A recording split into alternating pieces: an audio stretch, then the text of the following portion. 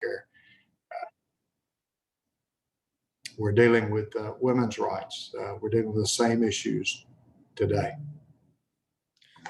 Right. So, and I mean, and you kind of go into that: constitutional freedoms, voting rights, civil rights, education, economic justice, public safety, public health.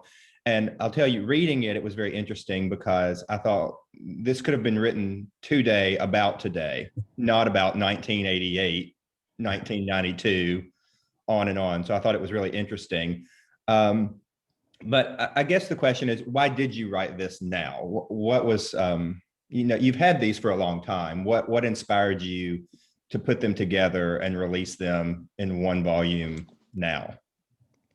Well, I wanted to pull together the work that I've done, and when I looked at it, I realized that exactly what you just said, that these are issues we're dealing with today. All of these topics are still the battles that we fight. I've been fighting for a long time, fighting them today. We'll be fighting them tomorrow. And I thought, well, perhaps with the right context, this can be useful in the battle.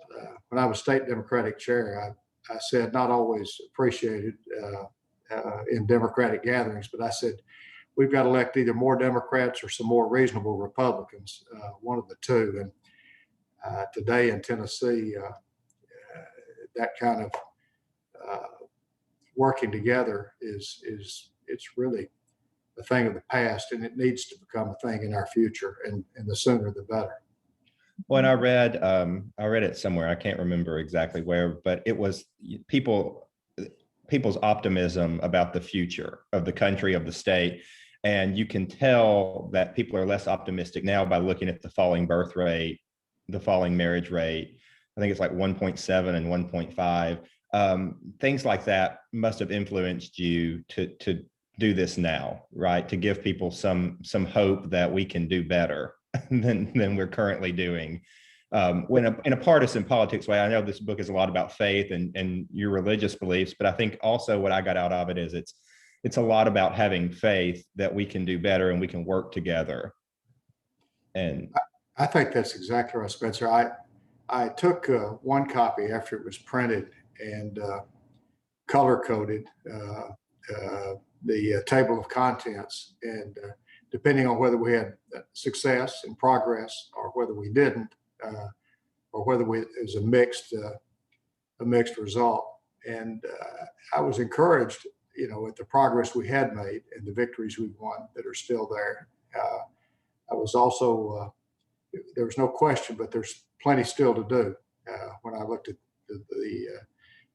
if you would, the yellow lights, the caution lights, where we need to keep working. And it's interesting. You're not alone in Tennessee about writing about this. Our former Governor Bill Haslam released a book recently, and I found a lot of common, and this goes to bipartisanship. I found a lot of common themes between the two, and I thought that was very interesting as well. That I think it's on a lot of people's minds.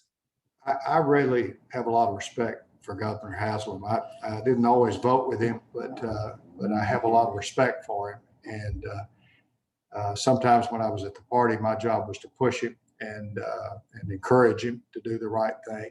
And on issues like Medicaid expansion, he ultimately came to the right position. I think in part because I think he's a good and decent man, and he paid attention to the arguments. He listened, and I think he got to the right place on that. I commend his book. I really enjoyed it. I read it just as quick as I could get my hands on a copy. And it's also, I'm afraid, Spencer, he's so reasonable, and it makes such good sense in so many ways that it may well explain why he didn't run for the U.S. Senate at a time in which there's not a lot of emphasis in Republican primaries on being reasonable and loving your neighbor as yourself. Right. I mean, I agree with you there. I think, and I think a lot of people, regardless of party, would agree with you there. I'm going to read just a little excerpt. You said, a friend who knew I had compiled these essays from decades of public life asked, have your views on the issues changed? And you quipped, I guess I haven't learned much over 4 decades. It's funny, but seriously, no major changes. Have you, I mean, we evolve on, everybody evolves on issues in some way, but do you have the same beliefs that you had when you were first elected? And has anything major changed? Well, I'd like to think that along the way, I've learned some things over time. My late friend Cotton Ivy, who just recently passed, Cotton used to tell the story of the young man and the old man, and the young man said, "Old timer, tell me how you got to be so wise." And the old man said, "Well, young man, wisdom comes from good judgment, and good judgment, that comes from bad judgment."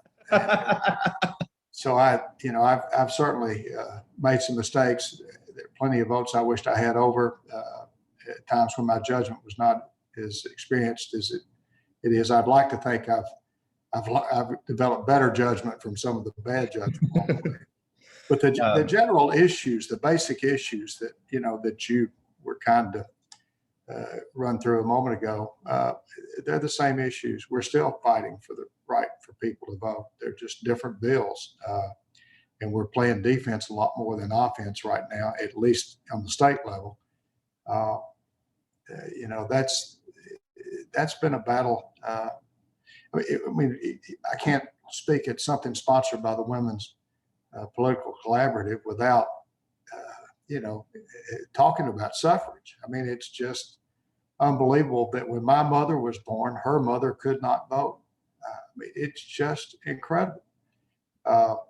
My wife, it's not suffrage, but my wife was the first lawyer that, as far as we can tell, to practice in Weakley County. Now, there was almost a century ago, there was a woman who was from Weakley County and who was admitted to the bar. But as far as I can tell, she didn't actually practice here, and she wound up marrying and moving to another county. It's just the issues of women's rights continue to be at the forefront right now. And when you look at this Supreme Court and you look at what the legislature's done, and these are frightening times for these issues. But the basic emphasis on whether it's women's rights, victims' rights, whether it's voting rights, those are issues that I didn't write about them unless I was really passionate about them. Or if I did try to write about them and I found I wasn't as passionate about an issue, it wasn't worth publishing, and it wasn't published.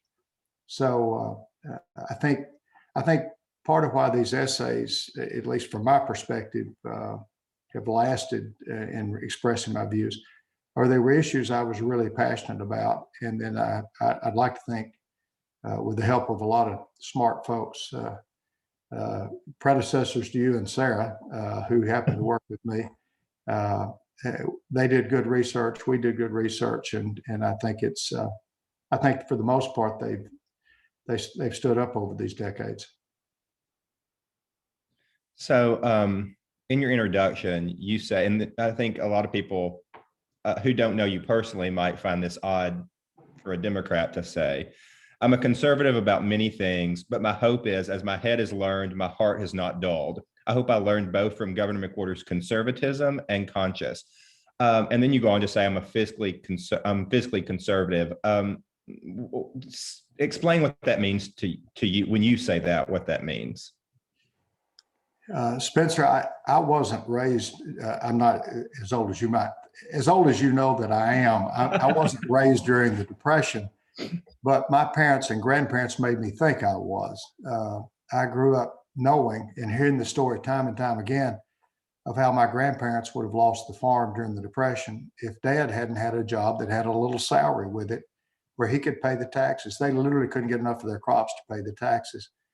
So I grew up fiscally conservative, the son and grandson of folks who went through some really tough times and struggling to survive and to keep what little they had and to try to build a better life for the rest of us. And they did build a better life for the children and the grandchildren that came after them. Governor Recorder was fiscally conservative. He believed in balancing the budget. And we did that every year I was in the legislature. And for the most part, I think those values still reign in Nashville. That may be the one area where there's been some continued responsible actions across the board, as far as I can tell right now, though it scares me to think what may yet be to come. At the same time, I hope, like Governor Recorder and others, I'm compassionate for those in need. The passage that guides me often is Matthew 25. And it's called the judgment of the nations. It can apply to states as well. And when did we see you? It talks about how you treat the least of these. That's what that's about. And I think we have a responsibility to help those who are hurting. That's a tradition. It's a value system. It's a mandate that goes all the way back to the Pentateuch, to the first 5 books of the Bible, comes all the way through the teachings of Jesus. And I think all carry us forward today, at the risk of perhaps turning off some, and forgive me if I do, but it's honest anyway. Maybe you may think honestly wrong, but it's honest. When people talk about the Bible and politics today, I say, for the most part, Democrats today don't read the Bible. Republicans read it and don't follow it. And so it gets left out, it seems to me, and there ought to be guidance for us there. The earliest founders of this country respected religion. They didn't want to contaminate religion, but they took their values from faith and from those traditions. Even someone known as much as a libertine as Benjamin Franklin talked about the importance of faith for the founding of the country and the continuance of the country. And that's, for the most part, carried on through. Let me stop preaching here and let you. No, you're fine. You speak a bit. I think that was a very interesting part of the book when you open it up with the separation of church and state. But the founders respected the Bible, and it was a big part of the belief system. And I think that was a very interesting timeline that you break down at the beginning of the book to kind of set the stage for what you talk about the rest of the time. But I think the most important question is, we need to know if you still have the red truck. Well, we, in fact, for those who are not as familiar with the red truck, we, in my family, part of that fiscal conservatism, we buy a new truck every 22 years, whether we need one or not. Granddaddy got one in 54, Daddy in 78, 98 was my year. And that 98 red Ford pickup truck, it still survives. It may be getting near its last legs, but it's got 560 something thousand miles on it now, and it still goes. A bit sputtering, and you pull into the gas station, you fill it up with oil and check the gas, but it's still going. Back on the age thing, I'm only 7 years older than that truck, so.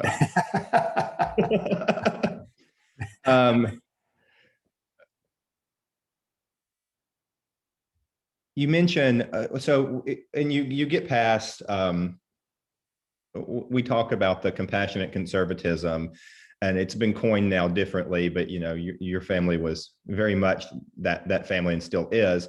And you say the worst thing that can be said about a Republican or a Democrat today is if they're called a moderate. Why do you think that is? How did we get to that spot where being in the middle is such a negative thing? I think a big part of it has to do with the districting and the gerrymandering that's taken place.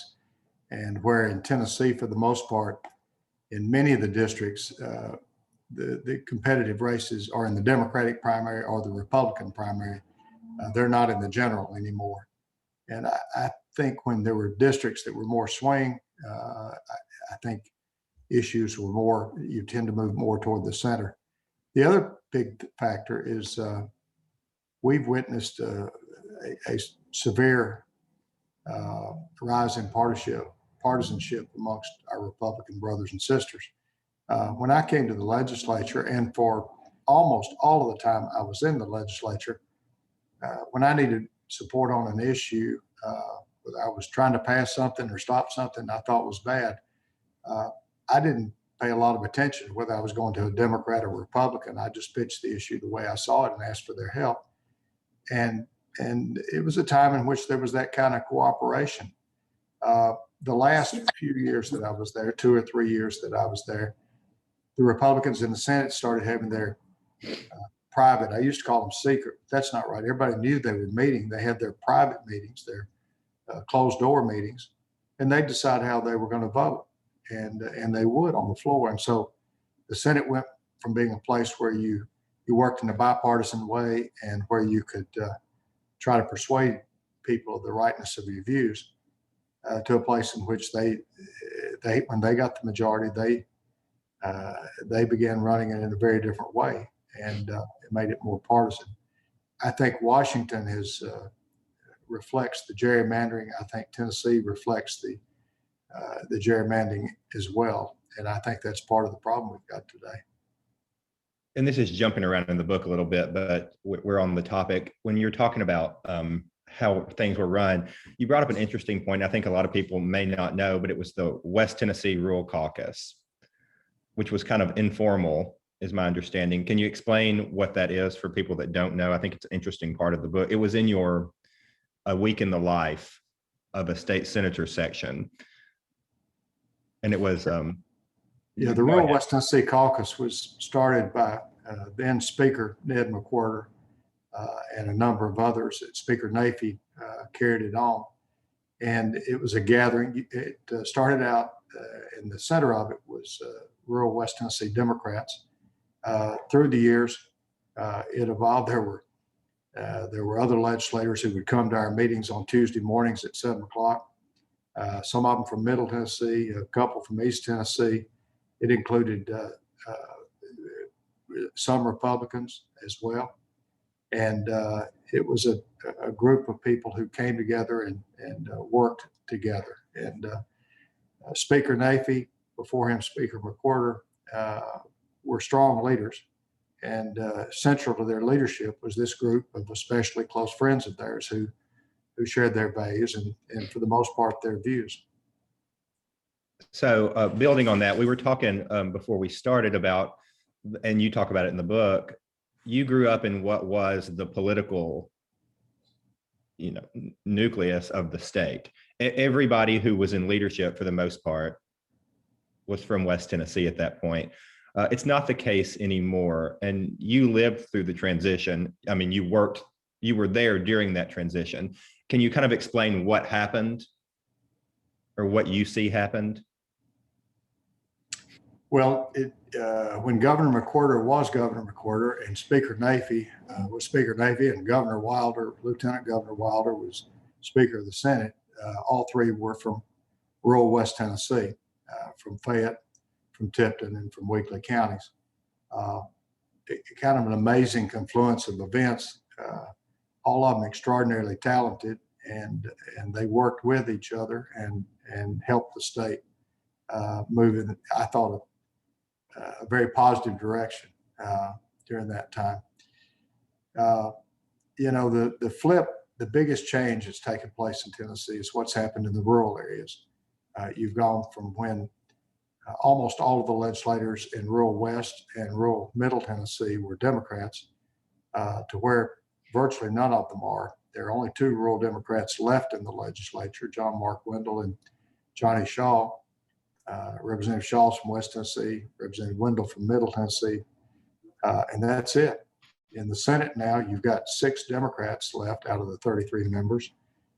I served when we had, but when I was elected, we took back the majority in the Senate when I was able to flip the seat that had gone Republican, and another Democrat took back a seat.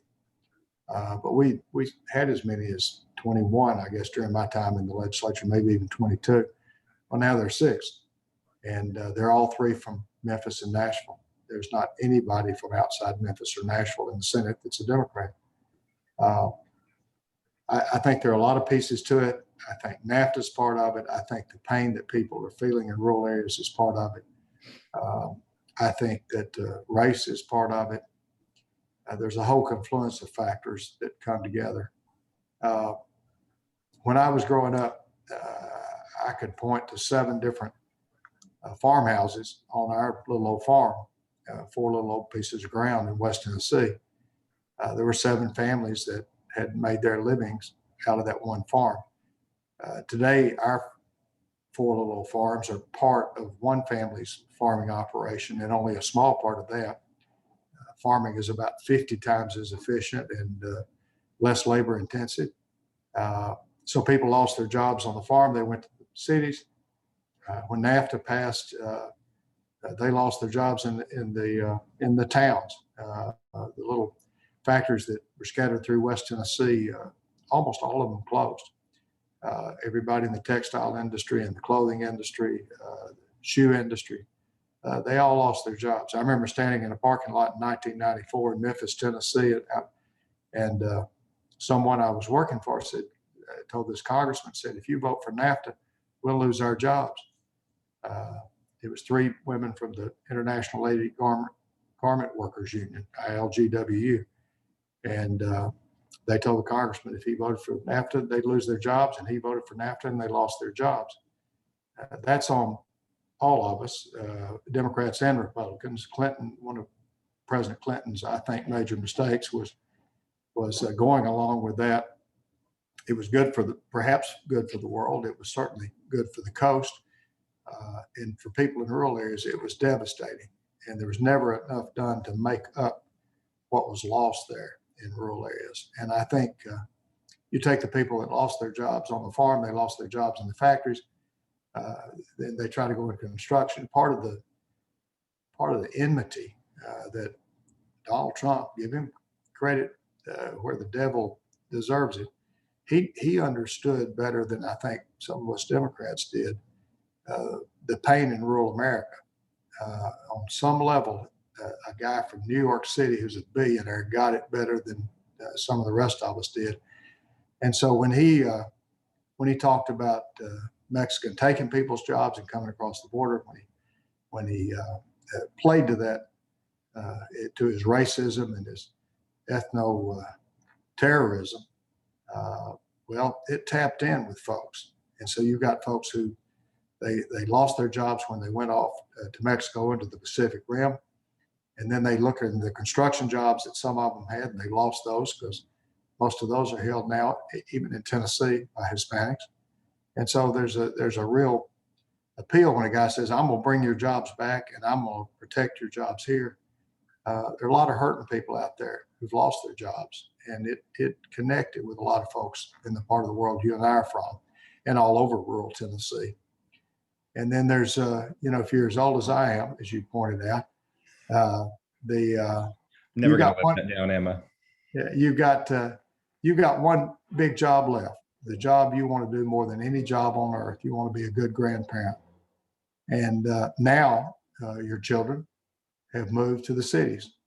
So you really can't even succeed at that. And if you have a house that's worth a 4th or a 5th or a 6th of what a like house would cost in Nashville, and 3 times it's worth a third of what a house is worth even in the suburban areas around Nashville. You can't move. You can't afford to move to the city to be close to your kids. You don't want to move to the city, but you can't afford it even if you did. So the one job you got left is being a grandparent, and you can't do that. And one of the things I guess I would share, and is I try to understand what the heck's going on. My county, home county, voted for Governor McWhorter, voted for me, and it voted for Trump by better than 3-1. When I try to figure out what's going on, I think underneath a lot of that is a whole lot of pain. And it's incumbent upon all of us, Democrat or Republican alike, to understand that pain and to try to make life better for folks. And that's part of what I want to reach out and do with this book, is to make life better. So many people out here right now, working people, don't have health care. Medicaid expansion continues to be the most important thing you can do in Tennessee to save lives. Vaccinations continues to be crucial. But right now, Medicaid expansion, Governor Haslam eventually came over, and some Republicans supported, all the Democrats supported but we still hadn't done it. So rural hospitals are closing all over the state. That's one of the issues I talk about in the book. The need for Medicaid expansion is one of the issues I talk about in the book, both initially when you talk about TennCare and then later when it's straight up Medicaid expansion. Absolutely. I think talking about things that are very relevant now that you wrote years ago, you wrote about Japan's war sentiments are understandable. I think it was a 2001 piece you wrote. And what's relevant about it now is you talk about the Civil War and how the North thinks it ended the day after the war, and in the South, people are still fighting it today. And I turned on the news this afternoon, and the Nathan Bedford Forrest bust in the Capitol is back in the news. So I think that's a really good example of what you're talking about how these issues live on, how the same issues are the issues we talk about. There's nothing new under the sun, I think is the quote you use. I guess when it comes to things like the bust, put your lawmaker hat back on and pretend you're there.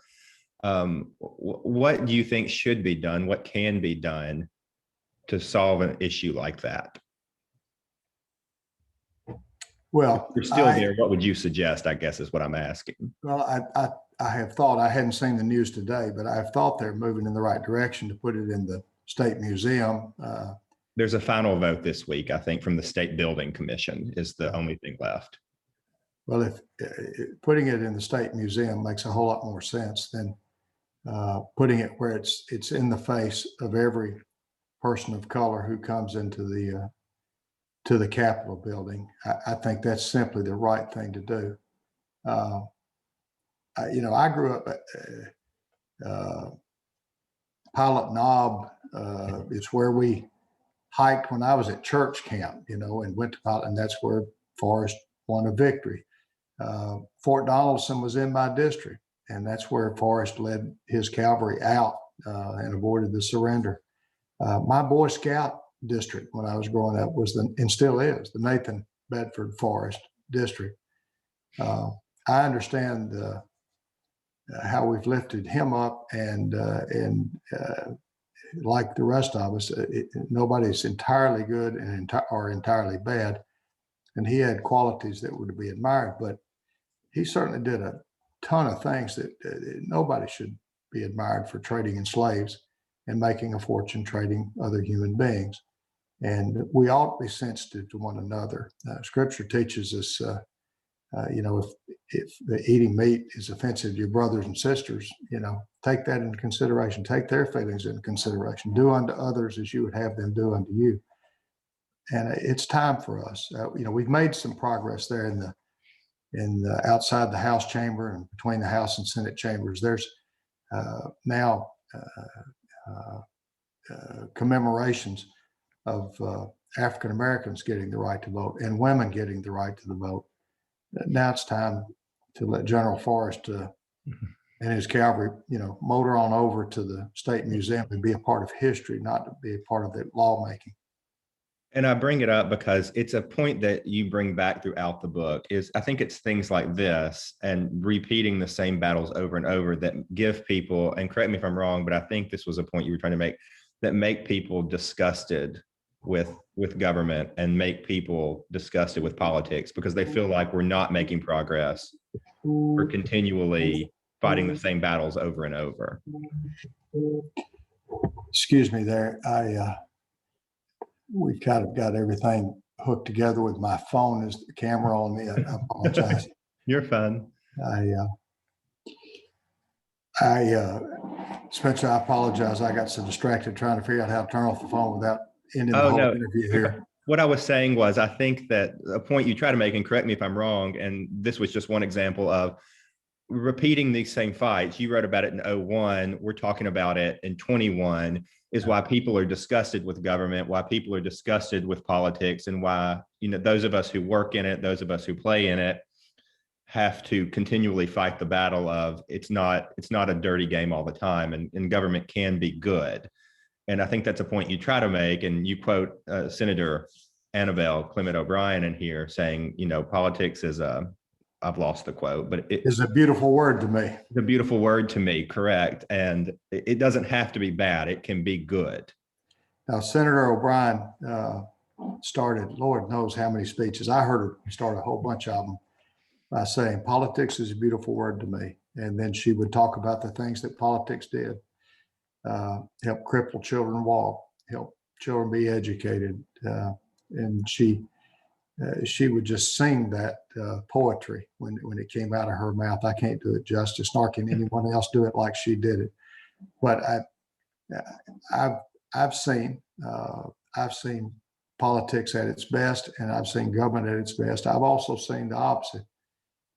But all the more important for all of us who have the opportunity to serve, to make a difference in politics and in government. At its best, it saves lives. It provides justice. It lifts us all up. At its worst, well, we were talking, you and Sarah and I, about Rocky Top and Tennessee Waltz, and I lost friends. I mean, I had friends who committed suicide during some of those scandals.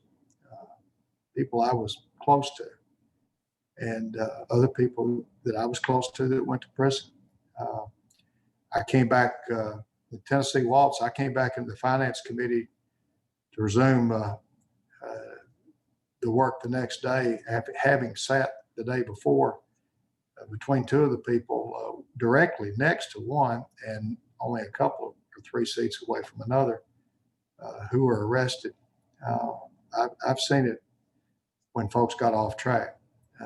Part of what I want to lift up in faith in politics is that we ought to lift up our highest values. We ought to take our most important values. There was a state representative, not Tommy Burnett. Some people get him confused with him, but Jack Burnett. And when I was a bill clerk a million years ago, I was staffing a committee, and he had a bill up in that committee, and somebody wanted to put an amendment on his bill. And they asked, would he accept that amendment happily? And he said, well, putting that amendment on this bill is a little like mixing together ice cream and horse apples. It doesn't hurt the horse apples much, but it plays hell on my ice cream. And, I think the key for all of us is to make sure that our faith and our deepest values influence our politics rather than letting politicians dictate to the church or your faith community of whatever variety that might be. We need to be shaping the politics and the country with our deepest values, and rather than letting politicians shape our values. And I think you're in a somewhat unique position of you were there for two of the biggest scandals we've seen in our legislature, Rocky Top and Tennessee Waltz. So I think that I think you would probably say too, it's eye-opening, right? When you can see that and you have people you trust who, absolute power corrupts absolutely, as they say. And so I think that's a point that I think a lot of people, we spend all this time fighting to say that government is good and politics is not a bad thing. And they turn on the news and see that, and it washes away everything we've tried to do. Well, one of the things that, whatever else I understand about the Christian faith and the New Testament, the teachings of Jesus and of Paul in particular, in the heart of his gospel in Romans 3:21 to 26, we all sin and fall short. And certainly that's going to be true of politics and politicians, all of us, preachers. I mean, you can go down the list. There's not any group that some of us don't. All of us fall short some of the time, and some of us fall terribly short. And we need to be careful not to let that take away our hope, take away our faith, our courage to try to do the right thing. I appreciate those who are still in the arena and still doing the battle, and folks like yourself and Sarah and others, this new generation. The book's dedicated to Nancy's and my three sons and our nephew and niece. And part of the dedication was that they give me hope for the future. And folks like you and Sarah and others give me a lot of hope for the future. I think y'all will not only do it well, you'll do it better than a lot of the rest of us did. And if you haven't read the book, for those of you who haven't, it's very interesting. And I'm just a lot of people have logged in since we started. So I was just it's a series of essays and opinion pieces and not necessarily notes, but writings of Roy as he was when he was a state representative and a state senator, issues he felt very passionate about, and they've been archived and they put them all in a volume. And after each one, he has kind of a current update, current blurb about each one that he gives you from his point of view now. So it's very interesting. And we talk about one of the public safety and public health are both, you give substantial parts of this book to that. Which I think you were most passionate about. And I wanted you to talk a little bit about your work in the public health. We touched on TennCare, but you also had a lot of work on, I think it was with Governor Bredesen, smoking in public buildings, that kind of thing. And you tell a really, and I'll let you tell it, but you tell a really strong story in there about a very personal story about your family. And why it meant so much. Yeah, well, when I was 13, I came home and my father was stretched out on the floor and had a heart attack. And back in those days, you didn't do a heart cath and a stent or a bypass. All they could do is basically put him in the hospital for 30 days and try to detox him off those 3 packs of Camels he'd been smoking since World War II. And he made it another 9 years. We lost him my first year of law school. There's a huge difference between losing your first year in high school or your first year in law school. And we were blessed to have him longer, but I came to hate that which took my father away from me. And then my sister died of lung cancer. And she'd started smoking in college and tried to quit, and it's a powerful addiction. So that's one of the issues I felt strongly about. When I got to the legislature, I succeeded in passing nothing. I couldn't even pass a bill. I'm not making this up. I couldn't even pass a bill to ban teachers from smoking in school buildings during school hours. Wow. That's how strong the big tobacco folks were. And eventually, after I felt a little like Sisyphus, I'd roll that stone up the hill and it'd just roll back down, except it'd roll over me. And when it was done, Representative Fitzhugh, future majority leader or Democratic leader, he wanted to propose a bill to ban smoking in state buildings. And I thought, well, Craig's my friend, and what the heck, here we go again. But I didn't really have any illusions that we might possibly pass it. And son of a gun, he passed it in the House. And so then it was on me to not drop the ball in the Senate. And we did pass it. And it was the right thing to do. And one of the essays in here is about why that legislation was the right thing to do. And then Governor Bredesen was willing to try to ban smoking in public places. And that became the law that governs our public places today. And literally, there are literally tens of thousands of Tennesseans who are alive today and will be alive tomorrow because of Governor Bredesen's legislation, the legislation we worked on together. It was passed primarily by Democrats, but there became a point in the Senate where I had to have 3 Republican votes as the sponsor of Governor Bredesen's legislation. And there's a longer, funnier story about the bill that actually made it into law, but we had to have 3 Republican votes, and there were 3 that stepped up, including, incidentally, Lieutenant Governor Randy McNally, long before he became Lieutenant Governor, and we were able to get that passed. But it's thousands of Tennesseans have quit with the help of that. Thousands and thousands of Tennesseans haven't been the victim of secondhand smoke. There are a whole lot of folks not nearly as sick as they would have been had we continued in the way we were in the past. Another, I thought, a really interesting part of the essays were your women's rights writings, and of course, that always comes down to, I mean, the big topic is usually the right to privacy, abortion, not, and I think it's very strong, and you've always been very strong on this when you're talking about faith, but also what's right. So I think I just would like you to tell us a little bit about how you weigh that personally when you were making these decisions. And when you talk about it, you tell the very personal story about your twins and your wife. But when you put your lawmaker hat on, how you dealt with that. Well, Nancy and I, when we were expecting the first time,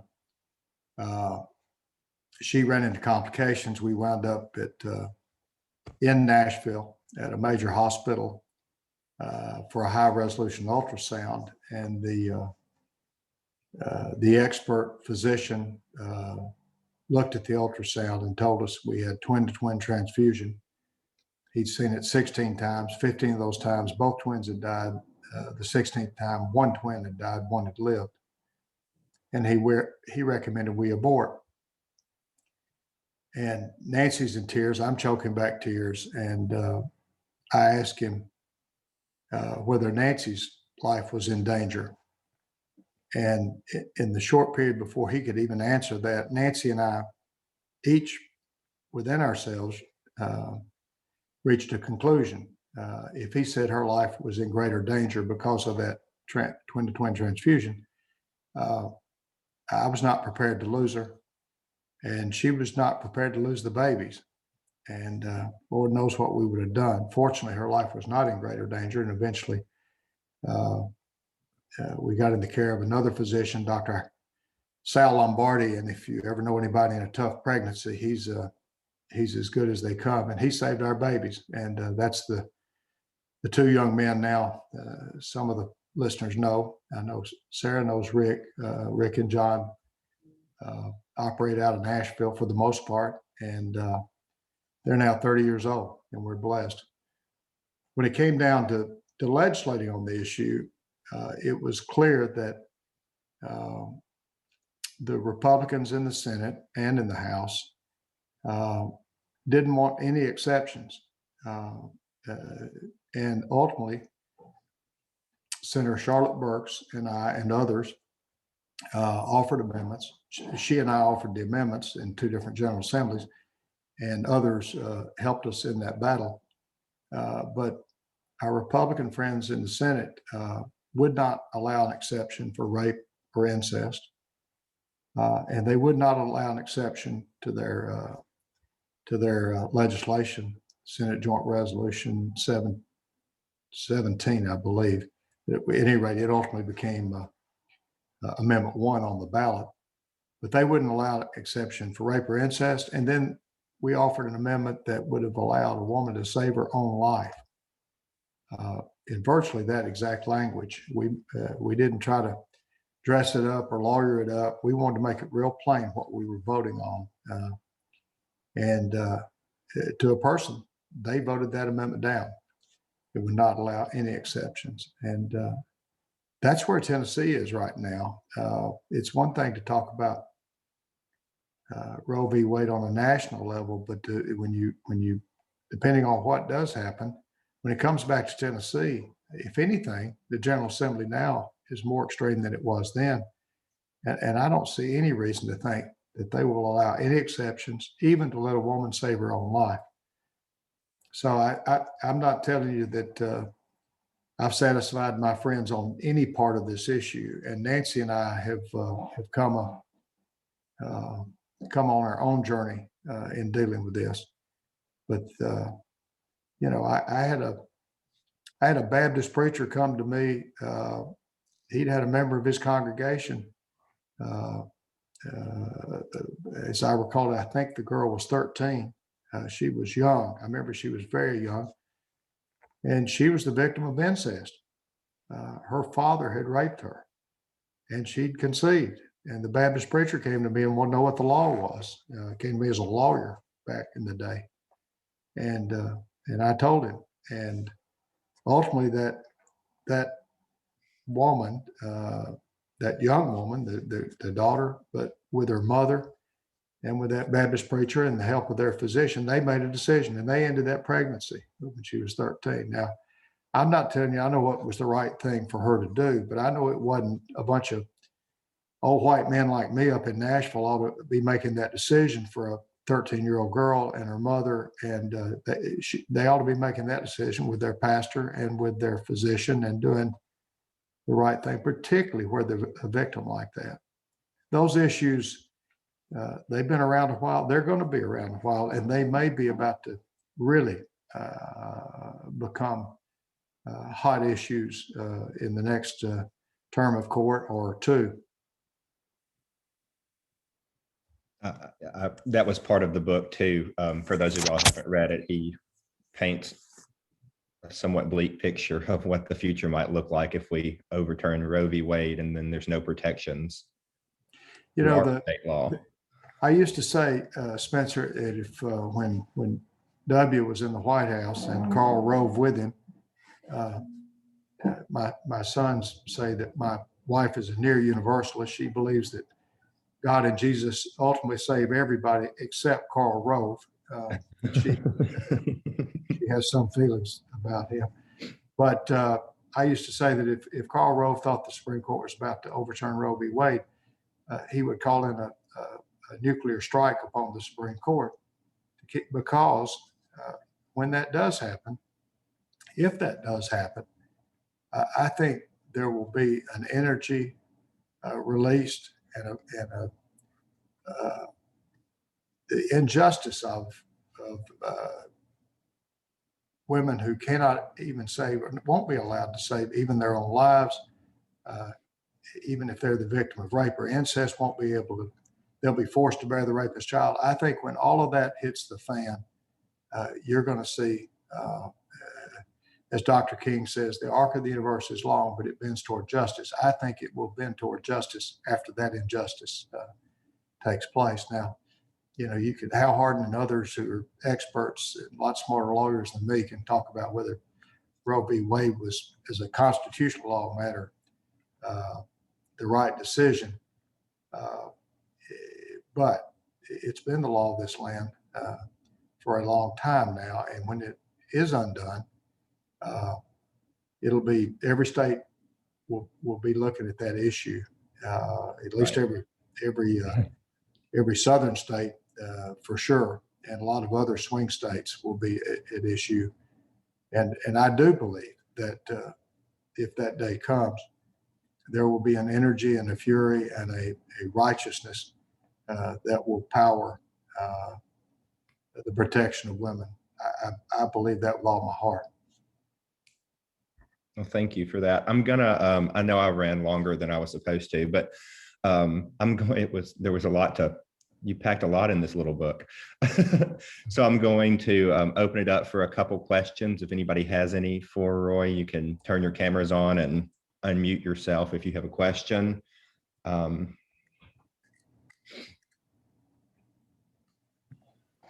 if anyone's having trouble turning their camera on, I'm gonna ask everyone to start their video just in case.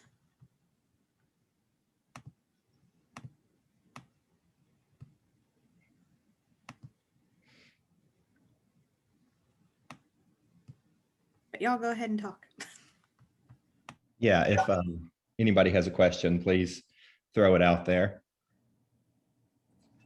I would be remiss if I didn't acknowledge Nancy Russell, with whom I was privileged to serve, I guess, all the years that I was there. Or she's a lot younger than me, but nearly all the years I was there, maybe. And And also I saw our friend Howard Gentry, see our friend Howard Gentry's name, someone that I have enormous respect for. And one of my favorite evenings in politics was being with his mother and another legendary friend, and getting to be blessed to hear them tell stories. And I see Howard Brenda and Jesse Gadd are there, great who's friends. led the way and in a lot of battles as well, and who gives me hope for the future, being a young person like you, Sarah, and you, Spencer. Senator Herron, Yes, ma'am. this is Nancy. I just want to thank you for all you've done for the state of Tennessee and so many people. And you were always so fair to work with, listened to every side. You thought about things. You didn't make hasty decisions. You were always a gentleman in the finance committee. We could always count on you to never show out. And you always discussed everything very learnedly. And you know the people I'm talking about who showed out. That's for a next book. Nancy, I'm sorry, I couldn't hear you. Could you say all of that again? And let me get my wife. I'm reminded of somebody, it wasn't original with me, but I took it and used it many a time. When, upon receiving too fulsome an introduction or too kind of remarks, somebody said, and I said on occasion, I wish my parents could have heard it. My father would have enjoyed it. My mother would have even believed it. And Nancy, you are very gracious to me. It was a privilege to serve with you, and of course with Senator Henry. I said many a time, if I had to give my vote to somebody else and to trust that it would be cast on the basis of conscience and conviction, I would have given my vote. Yes, All my colleagues, I'd have given it to Senator Henry. always.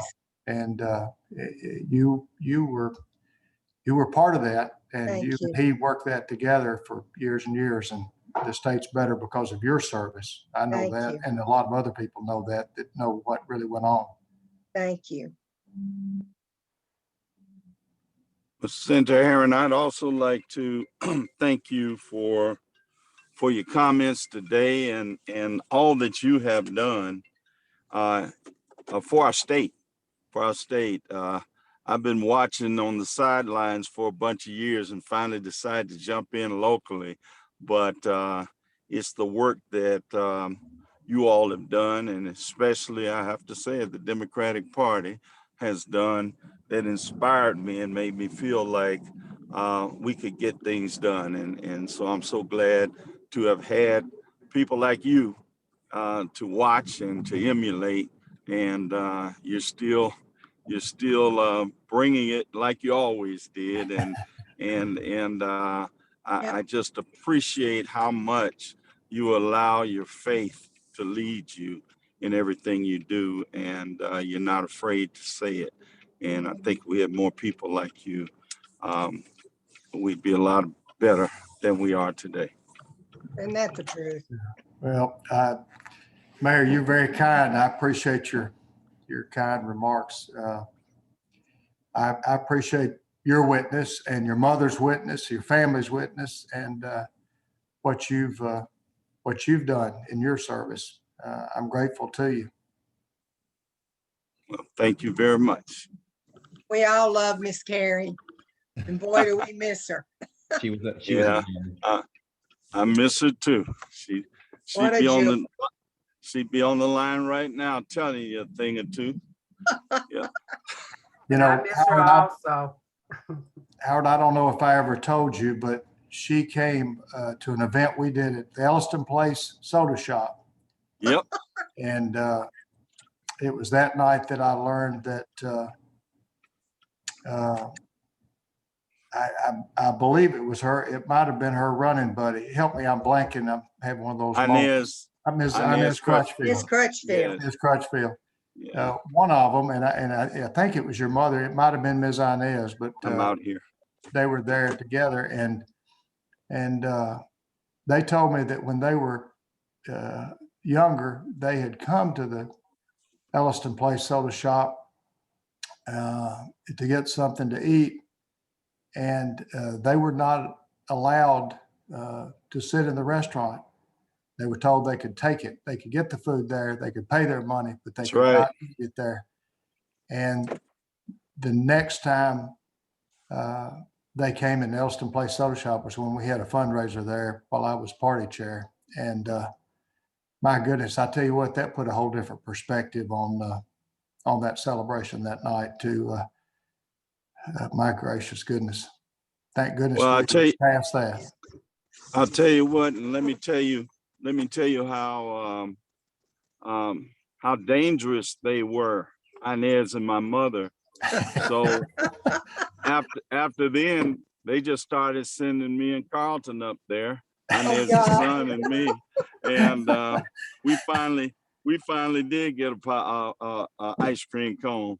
But so you heard the right story. You heard it. But what you didn't hear was the rest of the story, and so it's crazy how I and my mother have and Carlton and his mother have a story to tell about Ellison Place Soda Shop. But we did get the ice cream cone, we did get our food, and we did eventually get to sit at the counter, and we still go all the time. That's why Carlton and I can't keep our weight down. Oh, God. I'm glad to hear the rest of the story. I appreciate your sharing that. All right, no Yeah. problem.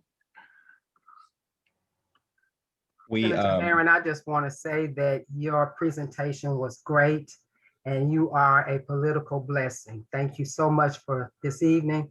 And Spencer, thank you for the conversation. Thank you. I appreciate it all. Thank you, Ms. Bailey. Thank you so much.